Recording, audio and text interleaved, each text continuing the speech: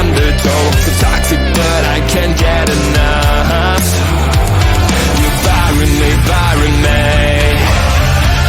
Yeah, you're burying me, burying me. You've got me hypnotized. Push me out of myself. You've got me hypnotized. Whoa. I can see, I can hear, going crazy for the luck. It's got me hypnotized. You've got me hypnotized. Can I get you up?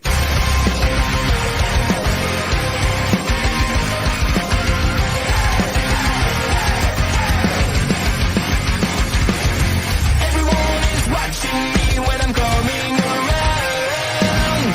They all are judging me when I'm lying on the ground. I've got no shelter, I've got no escape. My life is a prison and I can't run away. I feel it in my bones. I'm losing it. We had to open with that, didn't we? Yeah, we did. You kind of had to open with that. Yeah. Hello, Barry Monkey. Thank you for joining us. This week's Edit to You was brought to you by the letter Bland. I don't know if it was bland. I have many issues with some of the things that were done tonight. I don't think, however, that you can say that it was. Yes, that was indeed the sound of my heart breaking, seeing him choose Lash. I mean, anybody. He could have had anybody. And How he- stinking cute! I love it. I mean, it's gonna be fun. Let's see where it goes. Hello, everyone. I'm Holland at Fries. This is the Natural. Very excited. The Natural Astrid Pizarro. Excited for multiple reasons. She got to see Lash and Trick Kiss today. She started a Twitter beef between Janai Kai and Zeta Steele. She was reported in both Fightful and WrestleZone today for that same interview. All kinds of things going on for you, Astrid. I know, and I can barely breathe. I can't even cry today. Not even happy tears. That's what happens when I'm sick. Yeah, but we're here. We're here to talk about NXT. And I mean, I get why Barry's saying bland. It wasn't. It had its highs and lows today, to put it like that. It did have its highs and lows, and even the things that people are going to call highs, I have issues with. I have issues with a lot of the direction of some of these things. I also can sum up most of the thoughts on this show in memes, so that's never a good sign. But we start with the LWO, or as I have in my notes, Leo for some reason. The LWO versus OTM. I have no notes. It was fine. It was a TV match. Mm-hmm. It started. The LWO did the high-flying whoop-de-doos, and it ended. I'm a bit surprised that the LWO got the win, but I guess it makes sense considering we're going to have the Good Brothers win one of the two matches next week. We're probably going to have the Candy Crew win the other match next week. Yep. I mean, maybe. That's the only real toss-up that I thought I had. I didn't think this was a toss-up. I thought this was OTM. And I thought that the babyface, I thought it was going to be two heels and a babyface. And I thought we were getting Axiom and Nathan as the babyfaces. I don't have a feeling that's not going to happen, unfortunately. But yeah. I mean, but the LWO is fun to see. They had a good time. They came out. That Canada dude, hello, Andre. You can see me and Andre tomorrow night on Marvel Talk. We'll talk more about that in a bit. But no, the show opens up with the LWO getting a big win. They move on into the triple threat match, which is taking place some point between now and Stand and Deliver. Call it Takeover. Between now and Takeover, it'll happen. No, I mean, it's fine. Roxanne's on her way to the ring, but before we do that, we got to go backstage to Thea Hale, Andre Chase, and Duke Hudson. Andre Chase trying to repair his relationship with Thea Hale. Apparently, for the first time since Towelgate, which is a problem considering Towelgate happened a long time ago. Yeah, it feels like too long at this point. I just like, why now? But I guess Well, he was because focused on the university more than anything. So they have to do this to facilitate what comes later. yeah. And I have. Did somebody say Andre Chase? Chase you? Yes. Thea says that she has other friends. They start talking about how Jasmine is an influencer, to which Andre Chase has no idea what an influencer is. Duke, however, does know, and he says that she is. And he says that it helped that she's. Did she play soccer? He said football, but he can't mean football. He must mean soccer. Probably. I don't know. I don't know anything about her. I have to look it up, I guess. But Like, I don't think she's not old enough to have played football like Gabby Forza played football. Like, let's just. Gabby Forza is listed as a you know football me. player. Yes, to know me because she played in the the lingerie football league or whatever it was that they had going on. But she was a part of that. Jasmine's not in that group of people that I think participated in something like that. So I confused. So I'm assuming soccer. Because we all know Duke is from a different part of the world where they mistakenly think that football is soccer. They're playing wrong. So I literally only like Andre Chase because we share a name. If he wasn't for that, I'd hate him. Harlem Bravado does a lot of good work. I love Andre Chase. There you go. That's for you, Andre. Any man who can wrestle in a cardigan every week has earned my respect. Like, it's one thing to wrestle in a mask or something, but to be so constricted to wrestle in that tight of a sweatshirt, it's a problem. Duke of Australian, so Aussie rules football is another sport. That's true. It could be Aussie rules football. It could be rugby. I know rugby's not really Aussie rules football, but it's the best equivalent that the United States audience has, so we'll go with it.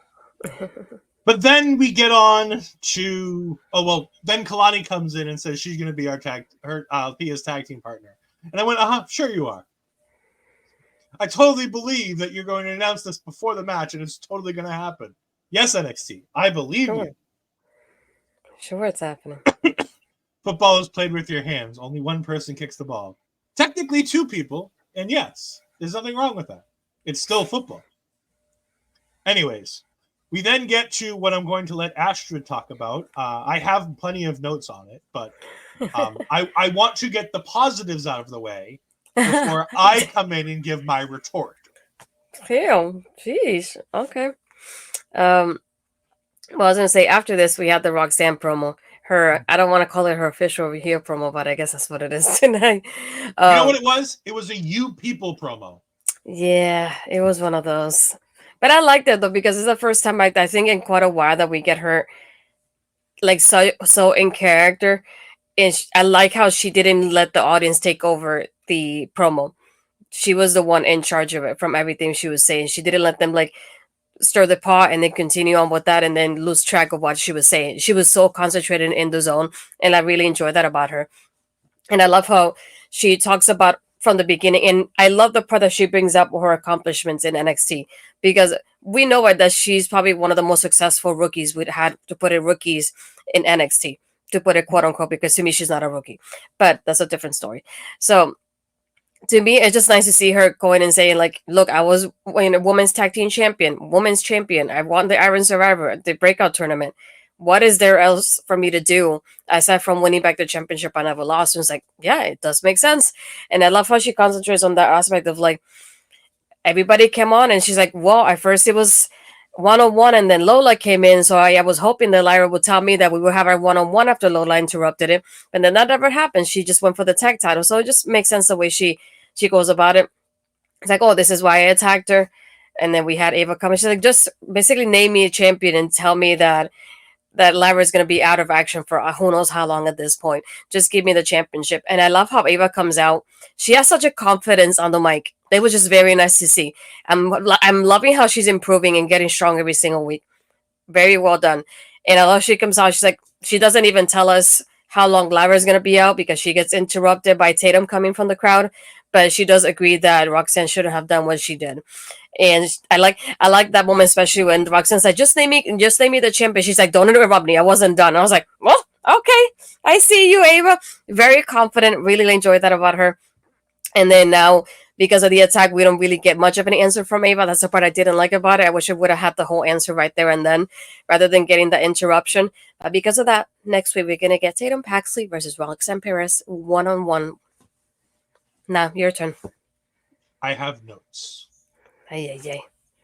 Last week, what happened was what happens last week. This is Roxanne talking. Last week is what happens when you're sick and tired of playing by the rules. This is a culmination of a year where I collapsed after the Miko match, after I carried this brand for 4 whole months. Oh no. 4 whole months, Roxanne. I'm so sorry. 4 whole months, you poor baby. Checks notes. Mandy Rose, forever champion. Oof, I knew you were gonna bring that up. I knew it the moment she said 4 months. I mean, seriously, she wouldn't have even won the title when she did if it hadn't been for the fact that Mandy Rose had to get fired.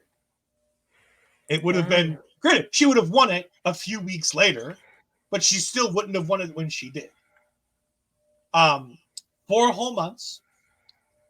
She then starts yelling at the crowd about how they were never behind her when she lost her championship after the Miko thing. And she's like, you know what? You guys say screw me, so I say screw you. To which I say, insert the 50 Cent meme. With 50 Cent looking at him going, screw me, what I do? Because the fans were behind her the entire time during that. When NXT had to take a title away from her, the fans were incredibly vocal about how they thought it was a bad idea. But it's okay, Roxanne. You can forget that. It's all right. It doesn't fit her narrative.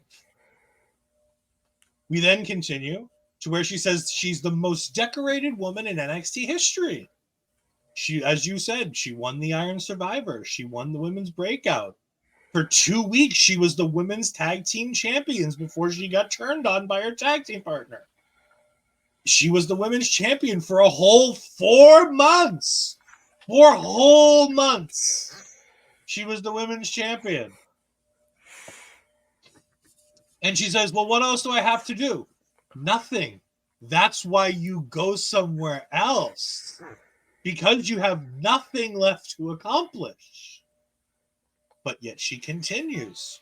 She starts talking about how it should have been her instead of having Indy Hartwell win the ladder match.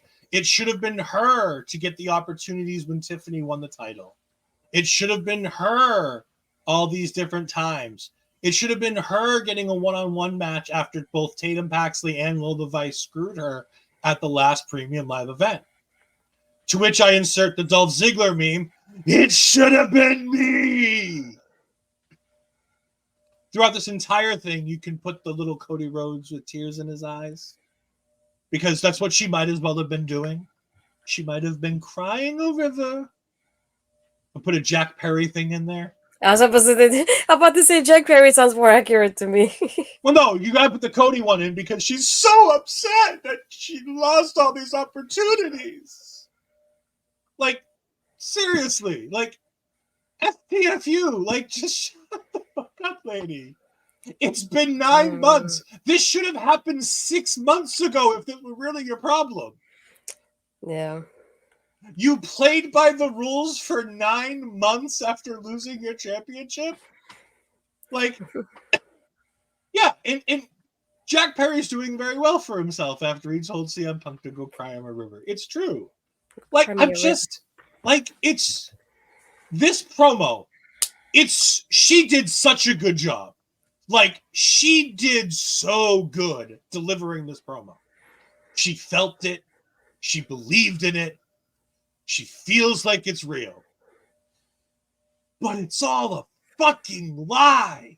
It is the most delusional written. Wait, and this is when you cue Ed going, tell me I'm wrong. No, you don't have to tell me I'm wrong. I know I'm right. I don't need to insert that. I know I'm right. But I will give her credit. She delivered an incredible promo. Like you said, she took control of that crowd. Every time they tried to veer her off, she took it back. She pulled that promo back. She proved to me that she has the ability to cut this promo. Good for her on that. I just don't believe anything that she said, because none of it, as Tyson Kidd would say, is fact. Very nice. I started cutting my toenails a couple minutes into this segment for something to do. You know what? I know you like to crap on some of the stuff, Barry, but this was a really well-delivered promo. If delusional, well-delivered delusional promo. And by the way, I would say this if Roxanne was a man or Roxanne.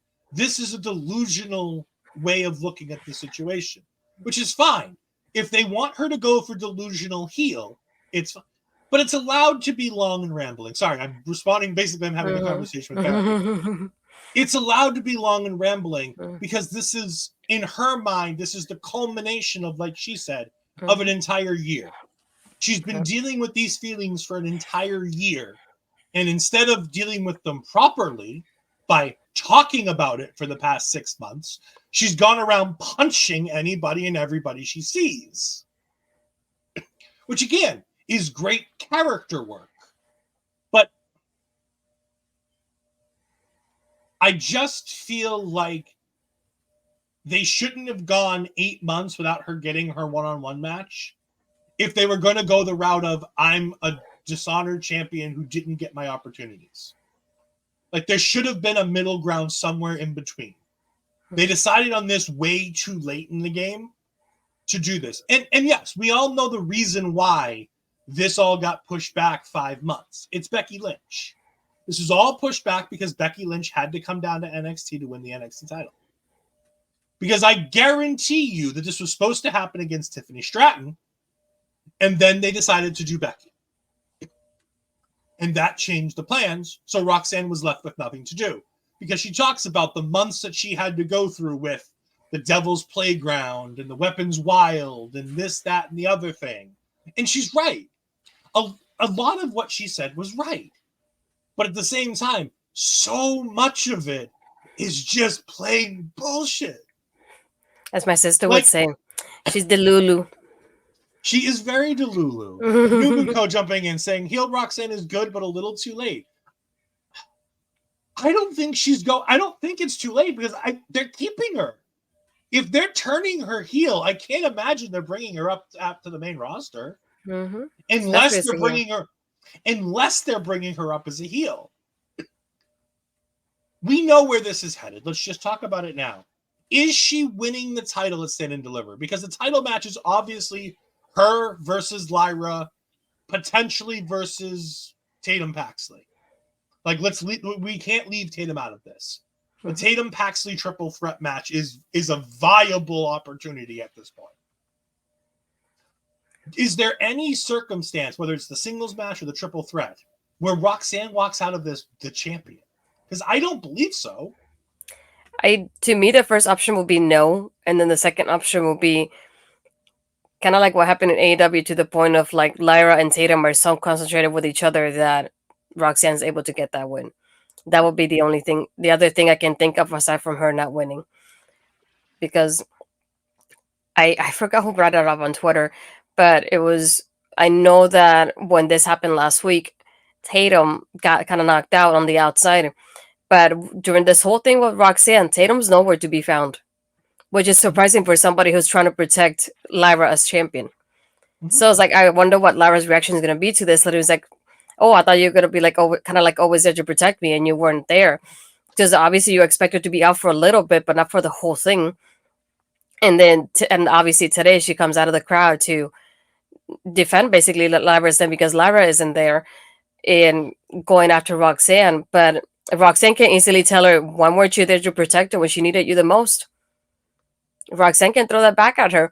And I feel like this could be that little rift between that trust that Lyra was gaining on Tatum. And maybe that could lead to Tatum being involved in it. Like I said, they go and concentrate on each other, so Roxanne is able to get that win. But again, even though I wouldn't mind her being champion and having a longer reign, something that was better than what she got last time, but at the same time, it just feels like, it's just like Braun at this point.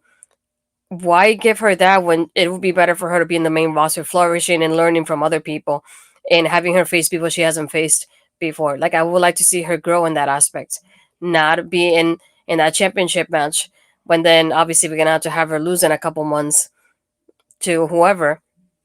So I don't. I feel like at the same time that championship reign, like having her win it again, it just feels a little bit too late. Yeah. And then Newman also said, or if Cora Jade hadn't gotten injured, we should have gotten Cora versus Roxanne, and it should have been a tag team.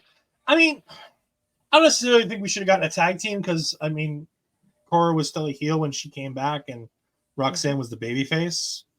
But yeah, I think that the stand and deliver match was Cora Jade's to have, and everything's gotten reshuffled. It just, like I said, it's reshuffled. Everything feels a little odd. Everything feels a little weird. Like it just doesn't. I love the fact that she cut the promo though. She cut the promo. She killed it. She did a good job. Good for her. She's fucking Delulu as crazy.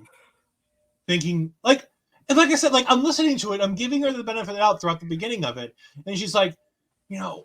And I carried this brand for 4 months, and I'm just like, oh, you've lost me, girlie. You've totally lost me there. Like 4 months. Like she feels like that. Like that's the biggest deal in the world. That she carried this brand for 4 months. Toxic Attraction was everywhere for the better part of a year and a half. Yeah. Everywhere. Lexis King comes out to dampen the mood for everybody. But first, we get a family segment where they welcome Luca. Our boy Luca. Luca! The new consigliere. And he says that he got both things done. The thing that he was asked to do and something else that... And the other thing. The other thing. Stax and Adriana talk about how great Luca is, yada, yada. And then Ilya shows up. And Tony dismisses everybody else, and Ilya sits down, looking like $1 million, looking fantastic as Ilya always does. Like people got to give him some credit, man. This man, he has his swag and he knows what it is and he works it. And he talks to Tony about how Tony has too many fingers and too many pies. He's got himself involved in the mobster stuff. I get it. I love I love a little bit of 90s WWE. I love the mafia stuff. It's great. It's the thing that I've missed from Tony D'Angelo since they ended the feud with Santos Escobar. I've missed this since then. Because they got rid of Two Dimes and they flushed Two Dimes so far down the river. He ended up in AEW.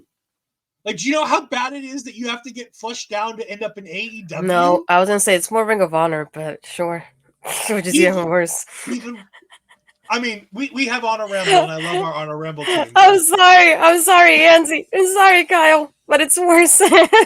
if you get flushed so far down to Ring of Honor, you can't even get yourself on Dynamite.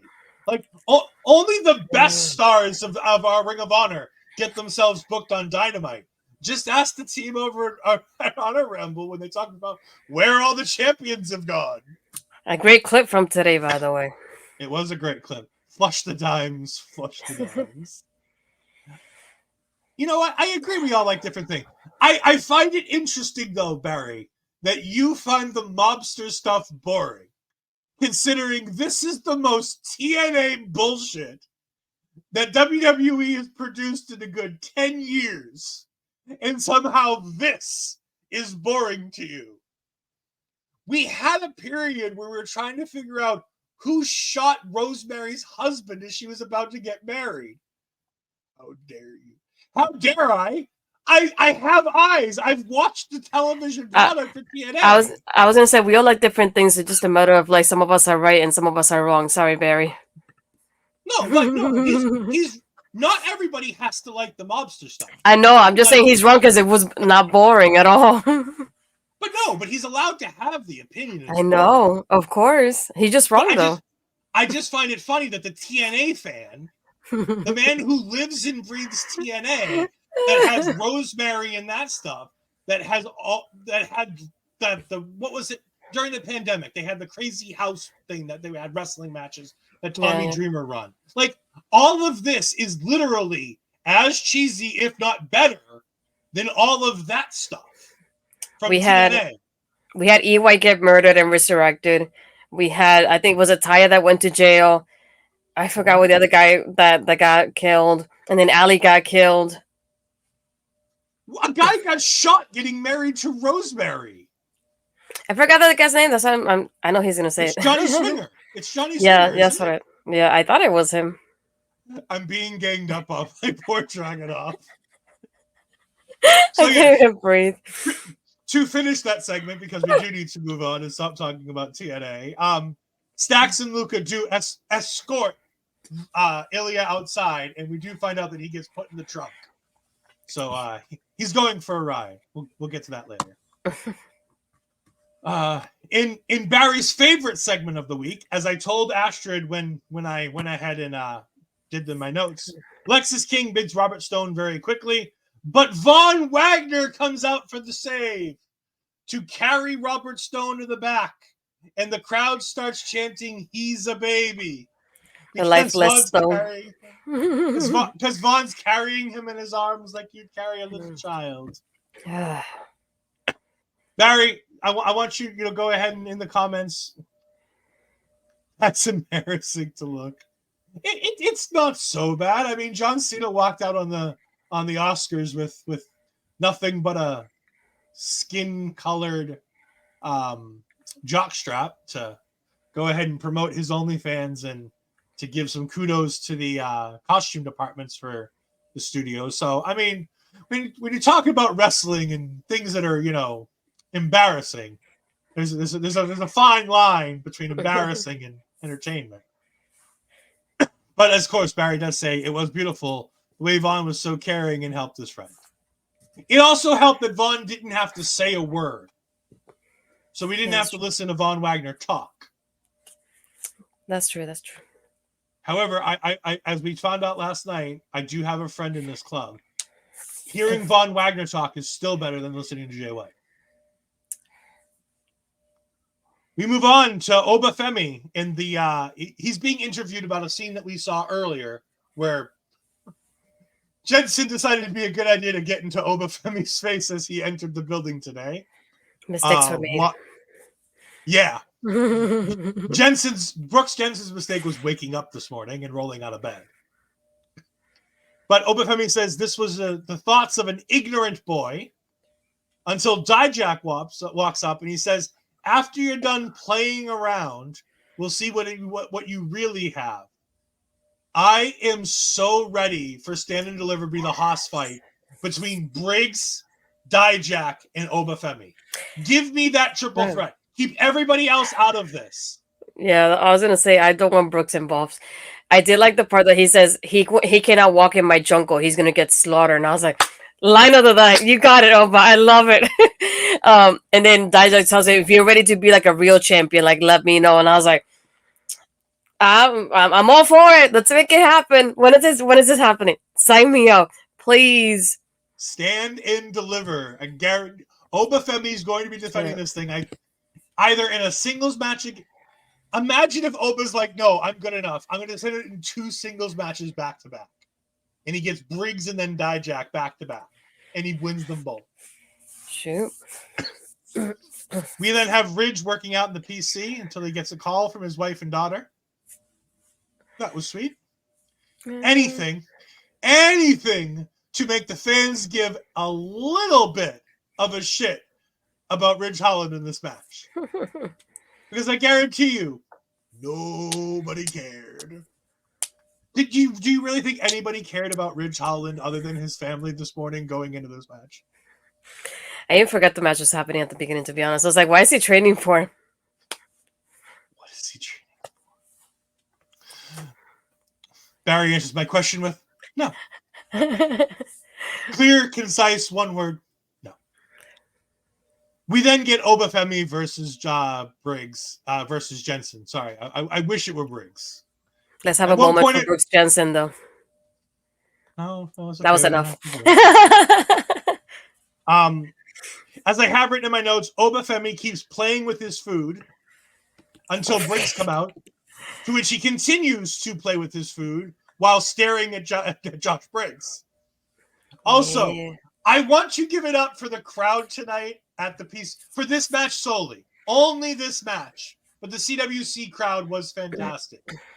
They were chanting as if Obafemi was Winston Duke from the Marvel movies. They were doing the Jabari rallying cry as he was being introduced.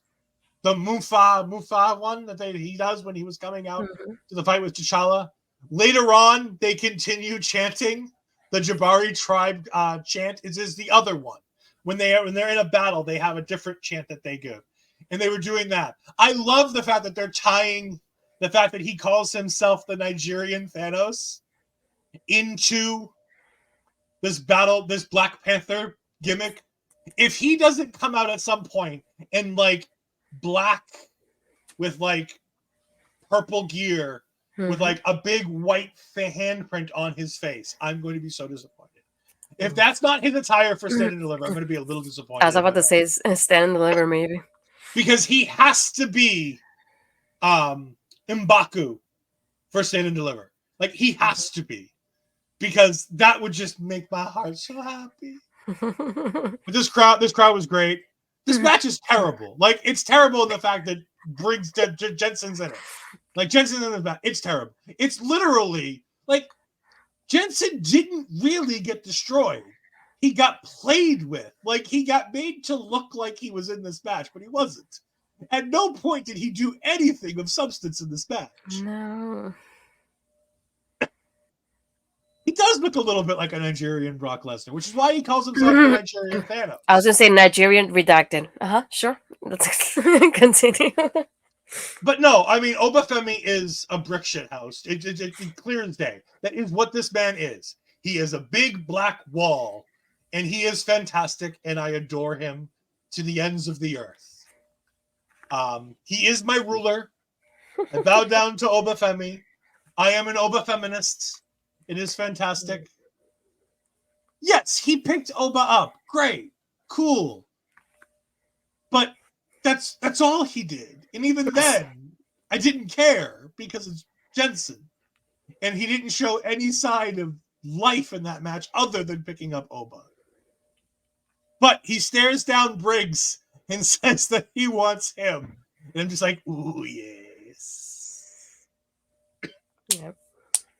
We then get Tony and the family taking Ilya Dragunov out of the trunk. He has a conversation with Ilya Dragunov where he makes it clear that he could throw Ilya off this bridge, which I highly doubt. I think if he had attempted to throw Ilya off that bridge, Rizzo, Luca, Stax, and Tony would have all been in the water, and Ilya still would have been standing up there and driven their car home. That's what I think would have happened. Probably. You know what? You're right, Barry. That is one impressive thing, and it's 100% more impressive than Brooks Jensen normally is. I will agree to that. But other than this, nothing good came of this promo. Like, this was a kind of a waste. I liked the promo earlier. I didn't love this one. Yeah.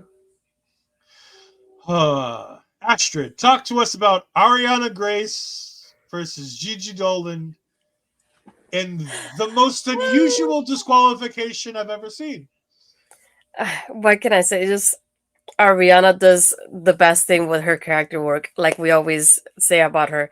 She goes 1,000% into it, and there's no way like we can deny that about it. Especially during this match, I love how she just has her moments with Gigi. She's like, "I'm gonna make you a princess," and she's trying to like put her the little like I don't want to say crown, but the little tiara that she has as the match is happening.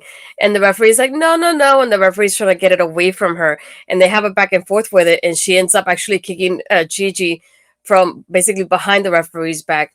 So Gigi ends up being down, and it's just so funny seeing it because Gigi then grabs her and does a low blow to her. Arianna sells it in the best way possible, imaginable. Like I wish I do. I don't know if you have a video of it, but Oh my god, the way she sold it. It was like I had never seen a women's match get DQ'd because of a low blow. And then Ariana ends up winning the match. It's like, so do we get Gigi being a lady now because technically Ariana won? I know it's not gonna be as good as Tiffany and Fallon, but maybe we get that next. But either way, I think I think we had a tweet of one that I seen. I can give you the face of Mm. Ariana Grace. This Yeah. is the face Ariana made. Oh, I thought it was a video. I think I sent it to you. Probably. Hold on. That's about as good as we're gonna get. I love this. No, Like Gigi no, Dolan this also one. says, for those wondering, yes, it hurts. Like, so Noob comes in here and says it's one of the most embarrassing moments. It's like, no, it's fine. Like, No, I sent it to you. Look, I think that one might work. all right, it's a bit comedy. It's a bit overdone. But at the end of the day, it's not the worst thing I've ever seen. I mean, you have to understand, I've been a professional wrestling fan for so many years. Like, Yeah, how I've many? 30, I'm going on 35 years. Like, I'm 40 years old now, and I started watching wrestling when I was about 6 or 7. So we're going on 30 some odd years. Like, I'm going it's around been 20. a while. No, you're not going on 20, because I've talked to you about certain things that have happened in the past, and you're like, huh? Yeah, What I is would say this? about like more or less like 20 years because I started watching when I moved here. Oh God, I'm Yeah. getting old. Yeah. But no, this is, so for those that missed it, here's the finish of the match. Muted, obviously, because WWE sucks. Selling it afterwards is just priceless. So Hello, yeah. HPC bad guys. Hola, ¿cómo estás? Oh, look at you. Yeah, that finish screams WTF. No, no. No, Uh-oh. that's just great character work. That one you don't know how to say. I don't know how to say that one. Explíqueme esto. Explain me this. It sounds. It looks. Explain me this. Okay. Explain this to me. Ariana Grace would fit perfectly. She fits perfectly right here. You're not stealing her. She is No, ours. Barry. We're keeping her, Barry. She's ours. You're not stealing this one. Wait, HPC, do you want the explanation for the low blow? Because we don't have one. I don't think any.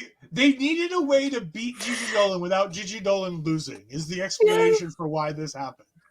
Yeah, Like, pretty much. why they need to protect Gigi Dolin, I still don't know. Like, I don't know. Yeah, I I'd understand if she were like on a winning streak or important in any way, shape, or form to the women's story right now. But she's none of those things. Like, she just lost clean-ish a couple weeks ago to Jade or Jada. She lost to Jada. Like, Ariana Grace we're gonna replace should with could. Ariana Grace could be on the main roster, but there's a lot for her to learn in NXT that she can do. While she can, she's talented enough to be on the main roster. There's no question with that. But even Santino says, and this is his daughter, he's like, I'd love her to stay in NXT for another year. There are plenty of things that she can learn in NXT before she goes up to the main roster. And I agree. I don't think that bringing this character to the main roster right now does her any favors. Yeah. While it's great and it's fantastic, it won't play in front of 30,000 people yet. Give her time. Look at Trick Williams. If we give these people time and let them cook, good things happen. Just don't let them cook as long as Roxanne, or you get snotty little girls who don't know what the fuck they're doing. And we're talking about Ariana Grace. She's my favorite women's wrestler. She's fantastic. I adore Ariana Grace. I cannot wait. Again, like we said the other day, this needs to be full Princess Diaries. Like, this needs to be, she needs to color Gigi's hair. She needs to give Gigi like a complete makeover. The etiquette class, I want to see that. The etiquette class has to, like, this should go until Stand and Deliver. This cannot be like Fallon Henley and Tiffany Stratton, where it's a one-night thing. This needs to be over multiple weeks. I want her walking with the book on top of her head and everything. The thing that nobody does.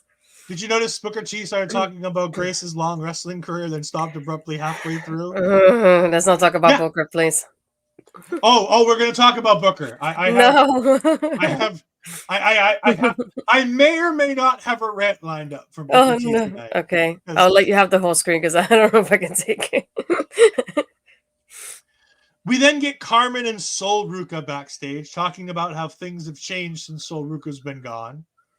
And then Lola comes in for no reason and starts yelling at Carmen about the fact that she's the karate lady. To which I write in my notes, wow, this is a cry far from the top of the women's card that she was at 3 weeks ago. Can I just take Lola Vice and just grab her real quick and just put her back where she came from? Thank you very much.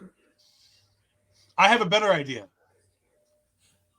AEW has a big show coming up. No, They need a big star to debut tomorrow night in Boston. I think Lola Vice would be perfect. Again, I'm going back to let's grab her here, dinkling here, and then put her back where she came from because she doesn't belong here. I'm sorry, I'm out. I tried giving her the benefit of the doubt, but at this point, tonight was just like, no, so out on her. I'm so done. She uses her MMA and Brazilian Jiu-Jitsu experience to make it sound like she's a big deal. Oh my God. And then she leaves. Thank God she leaves. And the star of the segment shows up. Brindley. The star of this segment comes floating in on a cartwheel and starts talking about how great it is that Sol's back, how fun it was to see her return, how she has a match next week, I'm assuming with Blair Davenport. We don't know who because they didn't tell us. No. But we know they didn't announce it either. They didn't announce it either, but she supposedly has a match next week. And then Idris Sanofi and Malik Blade just come in, grab her by the arms, and just walk I was thinking, why didn't you take Lola? Leave Brindley here. She's fine. Take out Lola out of the picture. Lola had already walked away. I know, but if I could, I would do that because I'd rather have her be gone. Brindley was a star here. Let's just be honest here. Brindley was great. Brindley is slowly winning me over with this whole like energy gimmick. Like I still don't know if she can wrestle. Like I still can't tell if she can wrestle or not. But at least when she's on my screen, I'm entertained. Again, character work, doing great with it.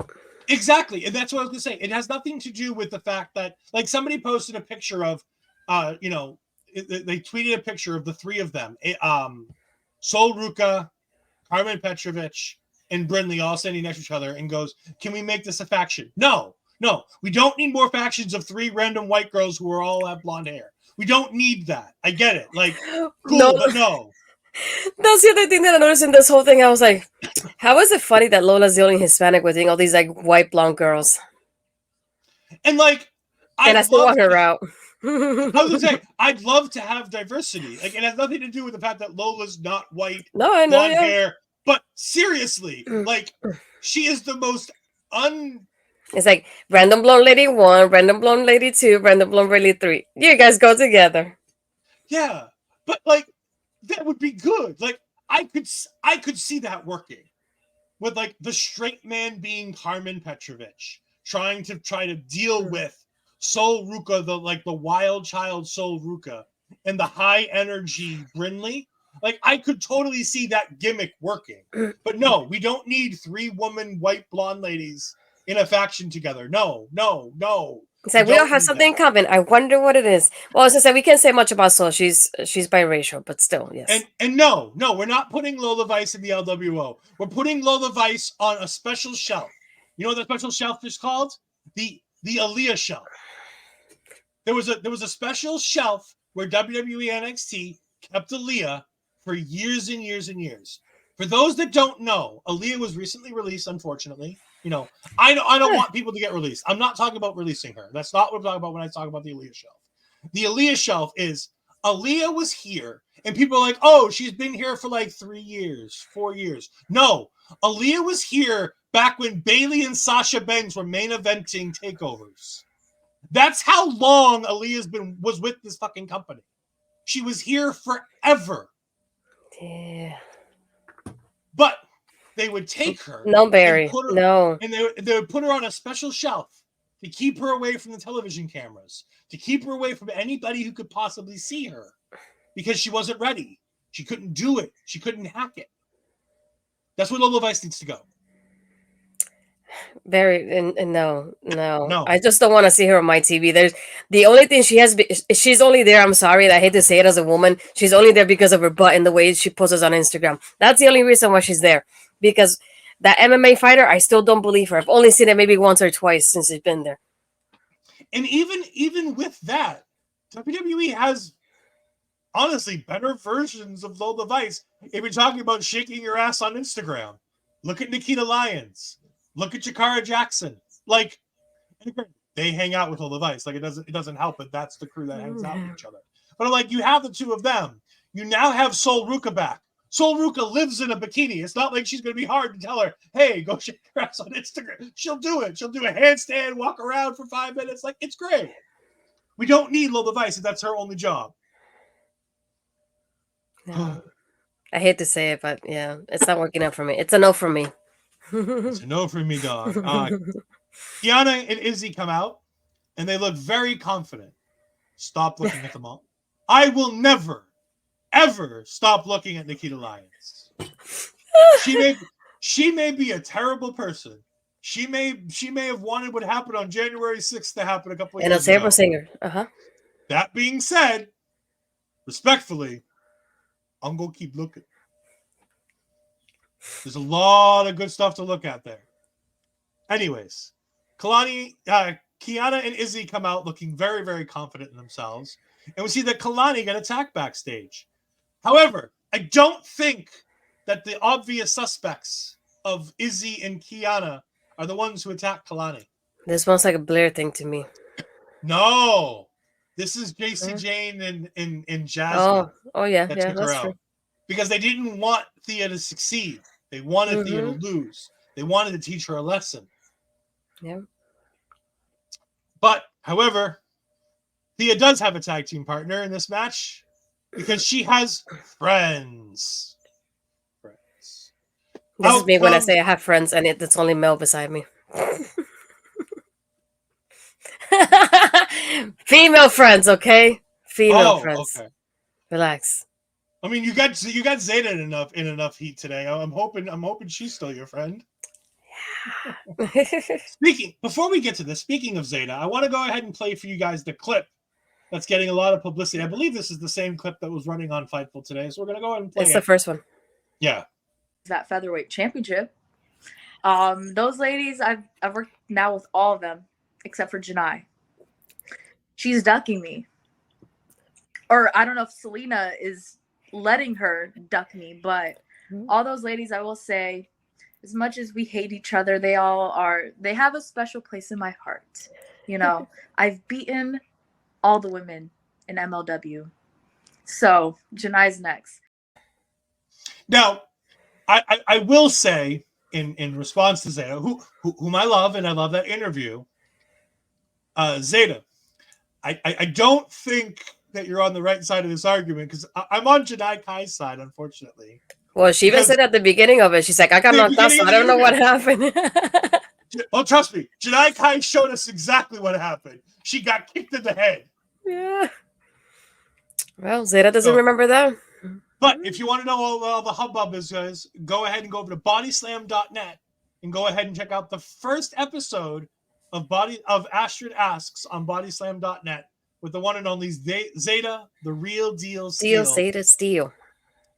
The future MLW featherweight champion. Yes, agreed. However, Barry now thinks, talking about Thea Hale and Fallon Henley versus Kiana and Izzy, this was embarrassing. Again, I disagree. I thought it was okay. Wasn't great. But it was okay. Astrid, you're the expert on women's wrestling here. What do you say? Yeah, I was like, it's not embarrassing. It's like it's character work. It's progress in the story, which is what we needed and we were looking for quite a while at this point. I just hate that Fallon's stuck in this part of it because I really want more for Fallon. I feel like she's been one of those girls that has been improving little by little, and we still don't get her out of this. I don't want to like non-title kind of feuds that she's been getting. So that's the only part for me. How about the fact that Fallon Henley, a year, 2 years later, is still feuding with Kiana James? Yeah, that's it. I was gonna say that. I noticed that too because they keep pointing it out during commentary. It's like, oh, the year ago, these two were the tag team champions, and they were partners, and I like how they were like the gears were almost matching as well as this was happening. It's like it's been a whole year. Can we move on from Kiana and Fallon being against each other somehow? It's just like there's other people in the roster, but apparently not because they keep going towards each other and gravitating towards each other for some reason. But I feel In like the wrestling, match, yeah. In wrestling, there are some great rivalries. You've got Rock versus Brock. I mean, Roman versus Brock. You've got Seth Rollins versus Roman Reigns. You've got Roman Reigns' entire reign versus the IWC. You've got things like Randy Orton versus John Cena, Edge versus John Cena. And of course, you can't not follow that up with Fallon Henley versus Kiana James. Yeah. I'm just starting to see them like against each other. It's like there's other people in the roster they could go against. And I really want Fallon to get more of a spotlight and get involved in those special matches, any kind of title shot matches, like an Iron Survivor more often and things like that, than being against Kiana. And just like it's just tiring at this point to see them going against each other. I did like how, yeah, I guess we can add that one in there, but the only thing that reminds me of the shriek and it doesn't help out, so it gets me upset. So I did like how we get Jasmine coming in with JC as they're watching the match, and Thea's like on the apron, so she gets a little distracted by them arriving, and she puts the Kimura lock on Kiana, and Kiana goes towards the ropes to take her away. So we get Thea's on the outside, and Fallon's like literally standing in front of her as this is happening. And I think it was Izzy that went to kick her, and JC pulls Fallon out of the way, so it ends up hitting Thea. And I was like, oh shoot, it is happening tonight. That little blowout. So we get Kiana and Izzy getting that win. And then Fallon was really close to almost breaking up the pin, so she gets mad at how close she was, but she couldn't get close enough to actually keep the match going for them. And we get Thea. I was like, I think it was funny though, because at the same time, Thea just got kicked in the head, and she literally just had a promo right after the match, like, no sold that crap. Nothing happened there. I thought that was kind of funny, but I like she has that moment of realization here with JC of like, this is not me, this is you. And I've like you have I like this part. She says, you're a more rotten version of yourself, and I changed myself for you, and I changed all of this for you. And I thought you were like my best friend and my sister. JC's looking at her like, no girl, none of that you're saying. And she basically tells her the way she's felt, and she's like, well, I'm back to the Thea I used to be. As she runs around the ring again, and she does a chase you. And I think it's funny that JC and Jasmine just literally just leave. There's nothing to it. And Fallon just cheering her on in the background. This is happening. I like Riley watching it though, cheering on for her. That was really cute. No, not yes. the old Yes. No. Do we go back to the old gears though? You also forgot to mention that she called JC's attitude toxic. Oh yeah, she did.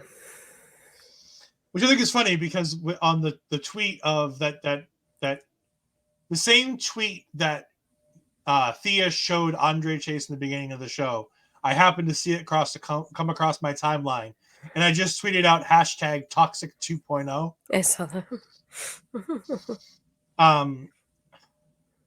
I mean, this is good character development. Inevitably this had to happen. I love the fact that it did happen.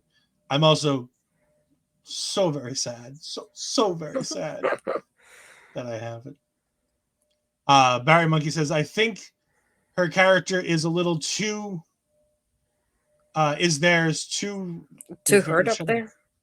Yeah, there's supposed to be a 2 somewhere in here. Barry, trust me, Barry. I understand typing on a screen. It's not for me. I have fat fingers, and it doesn't he put the 2 here. But. Yeah, but I'm trying to figure out where in the yeah. I get it. Her character is it's going to be interesting. I like the fact that she's hurt. I like the fact that she gave this promo. I love the fact that JC no sells the promo. Yep. I love JC's like, and this is my fault. Like, why? And he's like, and then Thea says, I'm going back to being a loser then. Yeah. Twitch, as you said, Riley is very excited. And Twitch, I only typed in our chat, no. Oh, jeez. Backstage, Riley's excited to have the old Thea Hale coming back. And the Candy Crew shows up. Oh, good. We did get my favorite line of the night, where Axiom and Nathan Frazier come walking in. And Nathan Frazier goes, dude, what are you talking about? You're from Atlanta. Born and bred in Atlanta. No, that's what Riley said to Charlie. Oh, is that Riley that said that? Yeah. Okay. He said, "This cup is where I come from. You were born and bred in Atlanta." And I was like, "Oh, we're going there. Okay." So WWE is not holding back when it comes to family, when it comes to who you are, or what's going on. Because we've all heard what Candice LeRae had to say on Raw last night, and if you haven't, oh boy, that was a promo. Mid-match too, by the way, that was a promo. But I do love Axiom talking about, I know the guy who was the first person to hold this cup. I don't know where he went. He seems to have disappeared. Yeah. I love that Axiom says it. Yeah, He but I was talks hoping for about- him to say it was like, "Oh yeah, he was a kid" or something like that. I was like, "Dang it, that was a good way to put it in there," but that was disappointing. But I like how he's like, "I know the guy. I can just contact the guy that won that won it the first time." So Does that mean we're going to get an actual A-Kid sighting? Can you imagine somebody else in the mask while he's a kid? Yeah, like I'm saying, are we going to get like a Christopher Daniels and Curryman thing going on? Oh my god, please! Or Suicide? Oh, if I could just start listing random Christopher Daniel masked characters that he was at some point or another. I don't know where Riley is from. He's from England. Yeah, I was gonna say I know he. Riley Osborne. Does he give? Where do they bill him from? They don't. Superstar stats.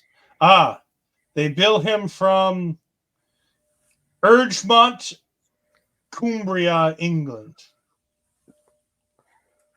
Wherever the fuck that is. He doesn't sound British. I mean, I was gonna say he has to talk longer, but yeah, he does sound it. You can hear the accent. we then get a Good Brothers promo. It was a promo. It was something. We then get Hank Tank cutting another promo. And then they're interrupted by the Wolf Dogs when they say the name of the Wolf Dogs. He's Cumbrian, no accent then. He is indeed, according to WWE, he is Cumbrian. And again, WWE likes to play fast and loose where people are from, so grain of salt. The Wolf Dogs fire up Hank Tank to the point where they go stomping off for the match that is next week. Oh, they're going to get destroyed. So destroyed. I feel bad. I don't. It's Hank Tank. I don't feel bad at all. We then get Shawn Spears versus Rich Holland. This was a fantastic storyline, but a terrible match. Agreed. I didn't like the match. Shawn Spears was great. I love Shawn Spears in this match. I thought his stuff was great. I care zero about Rich Holland, so it makes me not care about the match, and I only want to see the story progression, which they do. He ties Ridge up in the ropes. He talks about how he's a failure to his wife. He's a failure to himself. He's a failure to his daughter. Obviously, Ridge gets pissed off. He gets out of the ropes. He takes Shawn Spears. He goes ahead and puts him through the announce table. He goes ahead and tries to use the chair on him.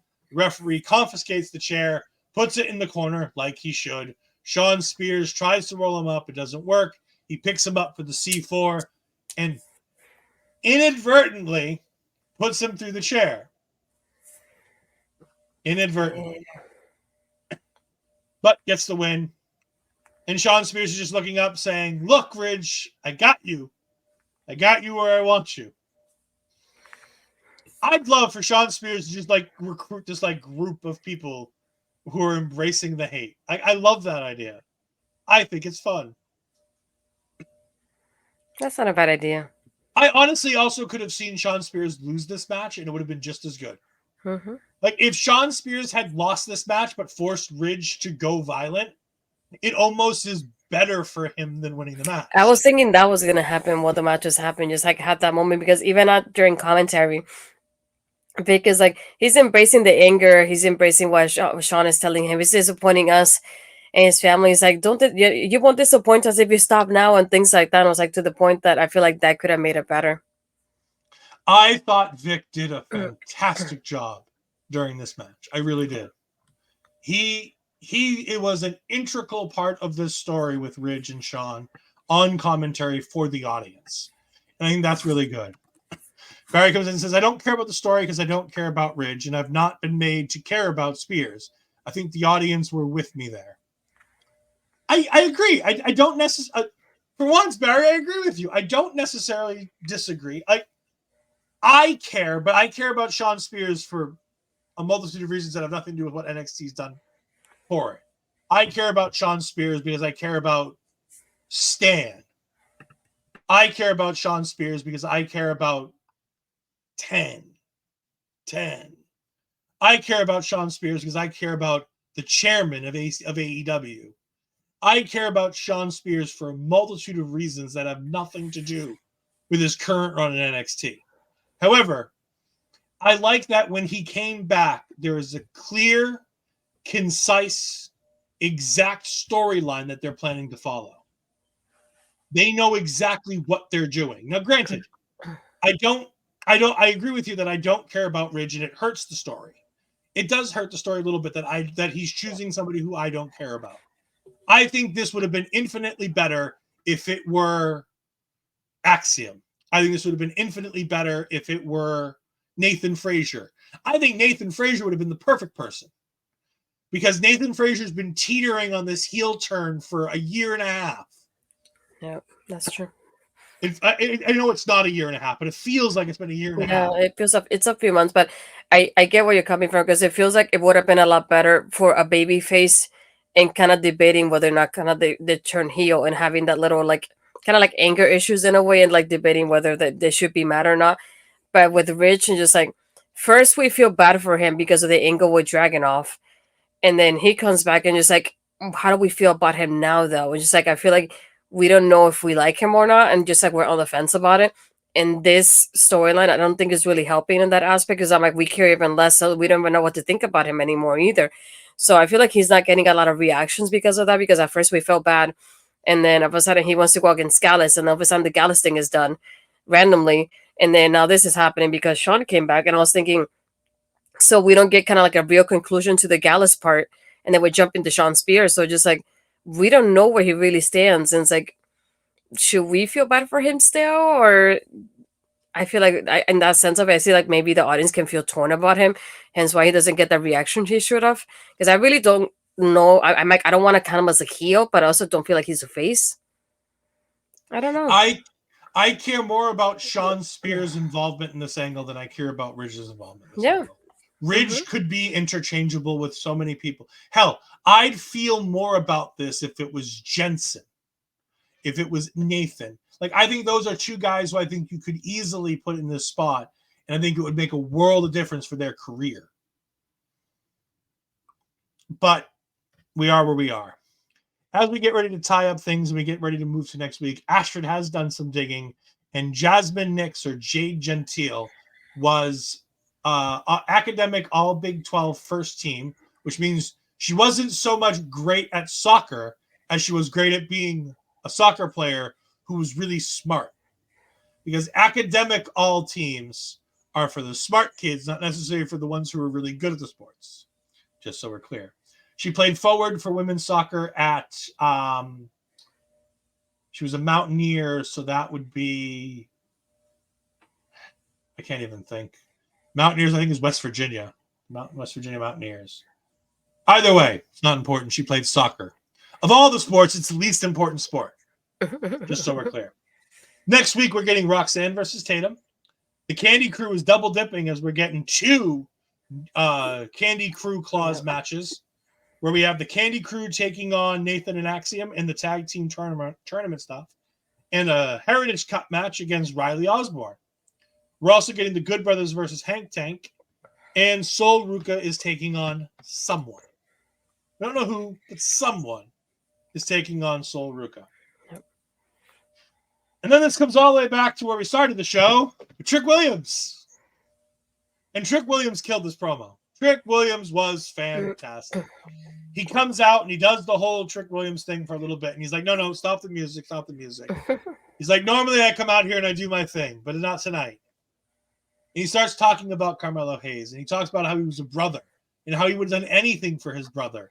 And how he made sure that he talked to his brother over and over and over again to make sure his brother was okay with him starting to pick up the slack and going for more. And he heard the whispers. Obviously not the whispers of our good friend Victor Tyler Perry, because Victor Tyler Perry swore up and down that Melo was innocent and Victor was wrong. But he heard the whispers of everybody online talking about how Melo was side-eyeing him during his matches, or when he'd win a match, or when he'd have a promo. How Melo was giving him the side-eye. He even denied it to John Cena when John Cena himself told him Melo was hating on him. He's like, no, my man would never do that like that to me. That man's my brother. I'd take food off my plate to put it on his plate. He's like, I even asked you, did you attack me? And you lied to me. You told me it was Ilya. You told me it wasn't you. For not only for days, for weeks, for months, you lied to me, telling me that it wasn't you, when all this time it was you. Because you were jealous of me. Because you were jealous of what I had going. But your hatred of me birthed Trick Willie. You made me what I am in front of these people. So Stand and Deliver is going to be me and you, and I'm going to take you down. And I'm going to add a little bit onto it. I'm like, can we just get the stipulation match? Loser leaves town. Yeah. My favorite line from this, though, is when he's like, we've never been on the same level. And you think about like the way he says it about being levels of like Carmelo's better than him in that particular friend. Like, no, he's like, no matter what you wear, we're never going to be on the same level. I forgot what shoes he named as he was talking about this. It was funny. He talked about being on a step stool with all kinds of like platinum shoes, all kinds of stuff. Oh, Trick killed this promo. I thought it was great. I missed him.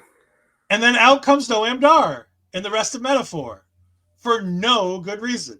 Like, hello. This is literally just to get Trick Williams a match before Stand and Deliver, just to make sure he's good, right? Yeah. That's all this is. There can be nothing else for this, right? And to get a moment with this lady.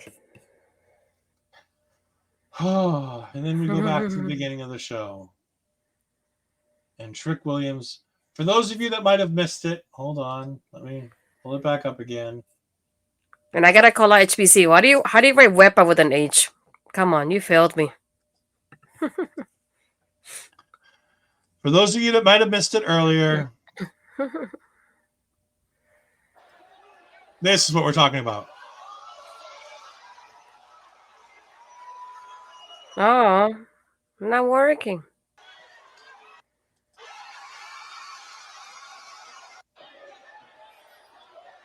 I love that Lash's moments, like bigger moments, are her with Otis, right? When she put up Otis, and then this one, it has to do two different things, totally different things. But it's like her most like talked about moments, because all I see on my timeline right now is just Trick and Lash, and that's all I see.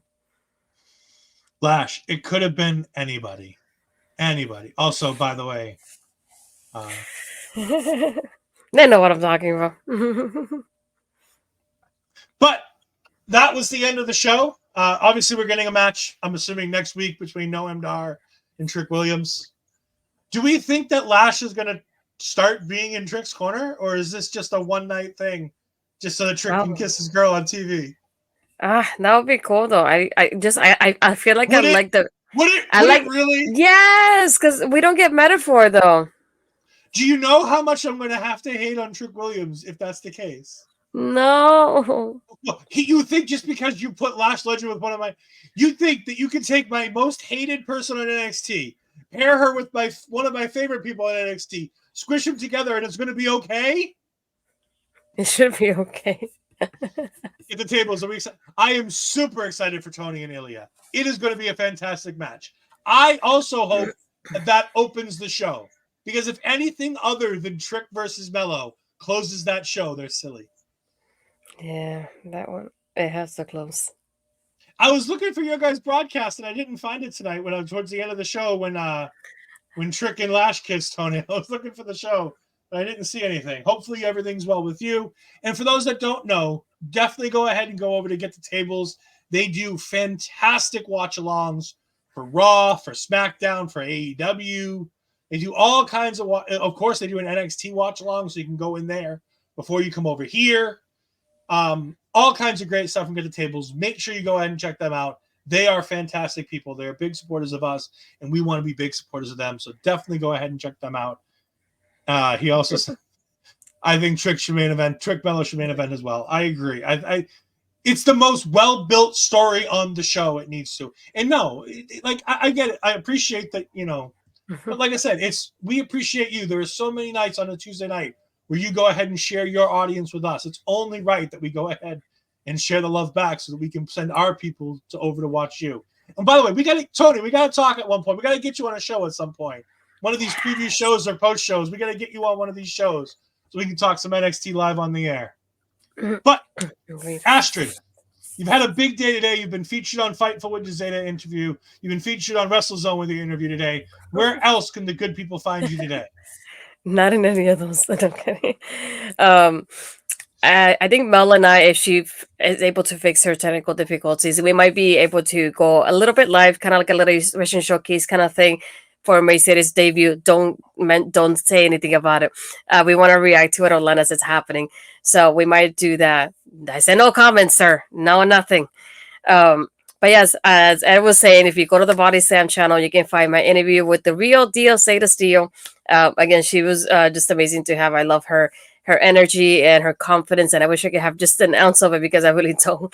But no, she was just amazing to have as a guest. So it's like I can't wait to talk a year or so later with her when her career is off to something completely different to what it is now. But she's amazing. I do have a couple more interviews that I hopefully booked to be coming out soon and recording this weekend. So exciting things coming up. So if you haven't subscribed to them yet, please do.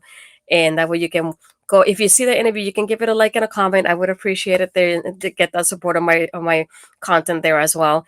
And as you can see in the bottom, I'm on Twitter, Blue Sky is Astrid Pizarro, and then Instagram Threads Astrid Pizarro 20. Everything else will be on my YouTube channel. The Zeta Steel interview will be on my channel just a couple of days later, but it'll be obviously in Body Slam first. So if you haven't watched it, you can wait for the channel. Same thing as well. So it'll be like right there. There you go. Also, for those of you that don't know, next week is going to be Astrid's birthday celebration. As it's Astrid's birthday on the 20th, which means we're not going to be quite on the air for that day. But next week, we're going to be going ahead and celebrating the wonderful birthday of the Natural. So make sure you come in here and give her your well wishes. It's going to be greatly appreciated. For those of you that stream, you might want to go ahead and hit me up on Twitter, and maybe I can get you guys a link to come pop in and say hello and happy birthday, a brief birthday message. Because I've not been allowed to put together birthday videos like were put together for me. So I'm putting together something live on the air so I don't get yelled at. I said you could have done nothing, but sure. Right, because nothing. I have to top Javier Bernal, big body Javi himself. It's going to be hard to top that one. I'm just letting you know. If I had thought more in advance about, getting you back for what you did for my birthday, I could have gone bigger than big body Javi. I did better this year so far. We'll see. Don't make me pull out the TNA card. There's somebody on Cameo from TNA that you would love to get a birthday message from. Don't make me spend money on you. Good, don't spend it. Don't make me spend money on you. You can find me on Twitter at EdFries12584. You can find me on the Twitch at twitch.tv/EdFries2002. I have my gaming content on there as I will be gaming probably at some point during the weekend. It's going to be tough because it's a busy weekend for me. But tomorrow you can catch me right here on our local establishments and on my own personal Twitch as we talk Marvel Talk. We're going to be going ahead and doing our MCU rebound for Captain America, the First Avenger. So go ahead and get that as we keep going to the end of phase 1 as we keep moving forward on the MCU rebound. We're also going to be having Marvel Talk episodes for all the episodes of X-Men 97 coming up in the next week or two. That should be starting, if I remember correctly, on the dates for that. So keep an eye out for that. This weekend, this Friday night, I'm going to be at Cold Fury for Chaotic Wrestling. So if you want to go ahead and watch that show and look out for me, you can go ahead and watch that show at twitch.tv/Chaotic Wrestling. It is free live while it's happening at 8 p.m. Eastern Time. You can go ahead and watch the show live for free and interact in the chat. But if you want to watch the shows on record, you got to go ahead and give them a subscribe. The $5 is well worth it. They have a huge back catalog on there. I'm going to be seeing the Know Me take on Paris Van Dale. I'm going to be seeing Shannon Levangie taking on American Dragon Che Long for the New England Championship. Our man JT Dunn is going to be going ahead and taking on Danny Miles, the man who I call an older, chubbier version of Jamie Noble. So you can go ahead and see him. It's going to be a good time. However, that is the end of our show. We will see you next time. Have a great night. Goodbye.